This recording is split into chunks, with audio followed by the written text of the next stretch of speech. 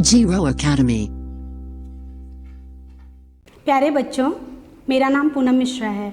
मैं model ITI कोनी में प्रशिक्षण अधिकारी व्यवसाय इलेक्ट्रॉनिक्स मैकेनिक के पद पर कार्यरत हूँ। आज हम देख रहे हैं कि ITI का डिमांड बहुत ज़्यादा बढ़ गया है, तो मैं अपने विषय के बारे में, अपने व्यवसाय के बारे में आप लोग से विस्तृत चर्चा करूँगी। हम देखते हैं कि जब हम सो के उठते हैं और हम सोते तक पूरे समय 24 घंटे इलेक्ट्रॉनिक डिवाइसेस के साथ घिरे होते हैं। हमारी आँख खुलती है, नींद खुलती है तो हम अपना मोबाइल फ़ोन देखते हैं, थोड़ी देर बाद हम कंप्यूटर पे चले जाते हैं, फिर हम टीवी पे चले जाते हैं। इसका मतलब है कि हम सारे टाइम पे इलेक्ट्रॉनिक डिवाइसेस का यूज़ करते हैं। उन डिवाइसेस को बेहतर तरीके से समझने के लिए, उनके बारे में जानने के लिए ITI एक माध्यम है। ITI एक ऐसा जरिया है जहां सामान्य बच्चे या जो बच्चे ग्रामीण इलाके से आते हैं वो सारे भी अपनी इच्छाओं को, अपने आने वाले समय में रोज़गार को प्राप्त कर सकते हैं, क्योंकि इसमें एकदम नॉमिनल फ़ीस है। ITI जो गवर्नमेंट ITIs होती हैं उसमें फ़ीस बहुत नॉमिनल है, मतलब कोई भी इस ITI को कर सकता है। मैं आज आपको अपने विषय, अपने व्यवसाय इलेक्ट्रॉनिक्स मैकेनिक के बारे में जानकारी दूंगी। इसमें क्या है, सबसे पहले हम बात करेंगे क्वालिफ़िकेशन की। तो क्वालिफ़िकेशन देखते हैं तो ITI का क्वालिफ़िकेशन 10th बेस पे रहता है, और इलेक्ट्रॉनिक मैकेनिक चूँकि उसमें थोड़ा सा ये साइंस से रिलेटेड रहता है, इसलिए इसमें 10वीं में आपके मैथ्स और साइंस विषय कंपलसरी है। ये आप ध्यान रखेंगे। जब भी आप फॉर्म डालेंगे तो आप ये देखेंगे कि आपके गणित और विज्ञान विषय हैं कि नहीं 10वीं में। इसमें CG बोर्ड से भी 10वीं किया हुआ बच्चा एलिजिबल है, और CBSE से भी 10 पास बच्चा एलिजिबल होता है। आगे हम देखते हैं, ड्यूरेशन की बात करते हैं। तो ड्यूरेशन में क्या है, ITI में, हमारे ITI में, MITI कोनी में संचालित यह 2 वर्षीय कोर्स है, मतलब ये 2 साल का कोर्स है। इसमें 2 साल में 2 यूनिट चलते हैं, एक NCVT कहलाता है, दूसरा SCVT कहलाता है। NCVT में सेमेस्टर पैटर्न है, और इसमें आप 1 साल में 1 बार पेपर देंगे, फर्स्ट सेमेस्टर और सेकेंड सेमेस्टर का। उसके बाद आप थर्ड सेमेस्टर और फोर्थ सेमेस्टर का 1 बार देंगे पेपर। इसका मतलब है कि आप 2 साल में 2 बार पेपर देंगे। वैसे ही SCVT कोर्स है। SCVT कोर्स में आप 2 साल की पढ़ाई करेंगे, उसके बाद फिर आप परीक्षा देंगे, मतलब आप 2 साल में सिर्फ 1 बार पेपर देंगे। इसकी वैल्यू देखते हैं, NCVT और SCVT की वैल्यू लगभग समान है। अब तो गवर्नमेंट ने दोनों को समान कर दिया है, रेलवेज़ वगैरह में भी SCVT के बच्चों को भी प्राथमिकता दी जाती है। ये हो गया। अब हम थोड़ा सा इलेक्ट्रॉनिक्स के बारे में चर्चा कर लेते हैं कि हम इसमें क्या पढ़ेंगे, क्या करेंगे। तो सिलेबस देखते हैं। सिलेबस में क्या रहता है, 4 सेमेस्टर का है। अगर आप NCVT वाले बैच पे आते हैं, प्रवेशित होते हैं, तो आपको 4 सेमेस्टर मिलेगा। इस सेमेस्टर में आप इलेक्ट्रॉनिक मशीन में जो उपकरण, छोटे छोटे इक्विपमेंट यूज़ होते हैं, जैसे कि रेजिस्टेंस है, कैपेसिटर है, माइक्रो कंट्रोलर है, ICs हैं, चिप्स है, ये सारी चीज़ें जो आपको एक मशीन, बड़ी मशीन के रूप में दिखाई देती है, वो जैसे कंप्यूटर है या आपका सेल फोन है, वो कैसे काम करता है, वो कैसे असेंबल होता है, उसके बारे में आप पूरा जानकारी प्राप्त करेंगे। यहाँ पे थ्योरेटिकल भी रहेगा और प्रैक्टिकल भी रहेगा, दोनों आपको साथ साथ पढ़ाया जाएगा।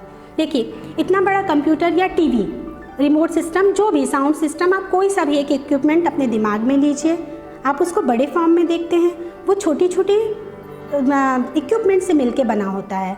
तो वो कैसे वर्किंग करती है, कैसे मैन्युफैक्चरिंग होता है, उसके बाद उसका रिपेयरिंग। अगर वो कंप्यूटर आपका ख़राब हो गया, आपका सेलफोन ख़राब हो गया, तो उसको बनाना तो ज़रूरी है, आप फेंक तो नहीं देंगे। तो ये सारी चीज़ें, रिपेयरिंग मेन यहाँ पे है, रिपेयरिंग, आप उसको कैसे रिपेयर करते हैं, ये इस बारे में आपको बताया जाएगा और विस्तार से बताया जाता है यहाँ पे। अब इसके बारे में हम देखते हैं। ये सिलेबस हो गया आपका। सिलेबस NCVT और SCVT दोनों का सेम रहेगा, सेम सिलेबस रहेगा, उसमें सिर्फ परीक्षा प्रणाली पे ही अंतर होता है। वही सिलेबस NCVT के बच्चे पढ़ते हैं, वही सिलेबस SCVT के बच्चे भी पढ़ेंगे। अब हम देखते हैं जॉब अपॉर्चुनिटी के बारे में। भाई आपने ITI कर लिया, आप ITI क्यों करें?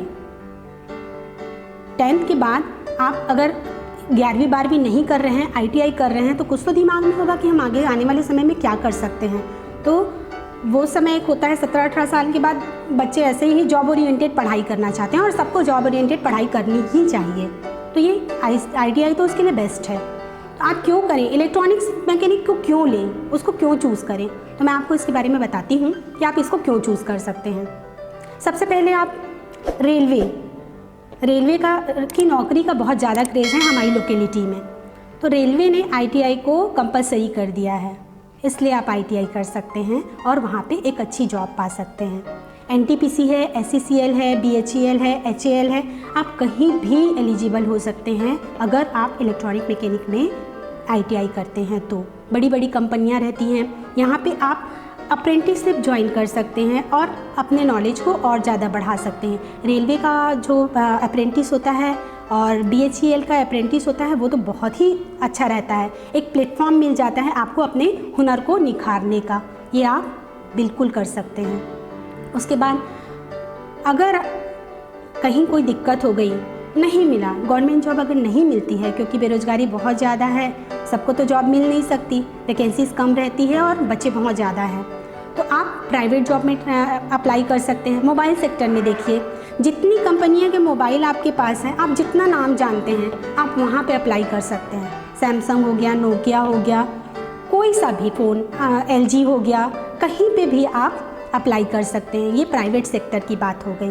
प्राइवेट सेक्टर भी बहुत अच्छी सैलरी पैकेज देते हैं, बहुत बढ़िया रहता है, वहाँ फैसिलिटी भी बहुत रहती है और आपको आपके स्किल डेवलप करने का एक जगह मिल जाता है आपको, आप बहुत आगे बढ़ सकते हैं।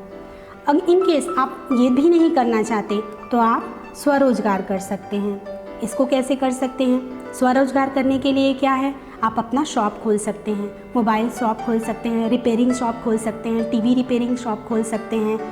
वहाँ पे आप अपने जितना आप पढ़े हैं, जितना आप नॉलेज है उसको पूरा लगा के आप वो काम कर सकते हैं। तो यहाँ पे तो कोई आपको रोक ही नहीं सकता, जितने आप कुशल होंगे उतने आगे बढ़ते जाएंगे। फिर पैसे की तो कोई लिमिट ही नहीं है, जो मेहनत करेगा वो तो आगे बढ़ते ही जाता है।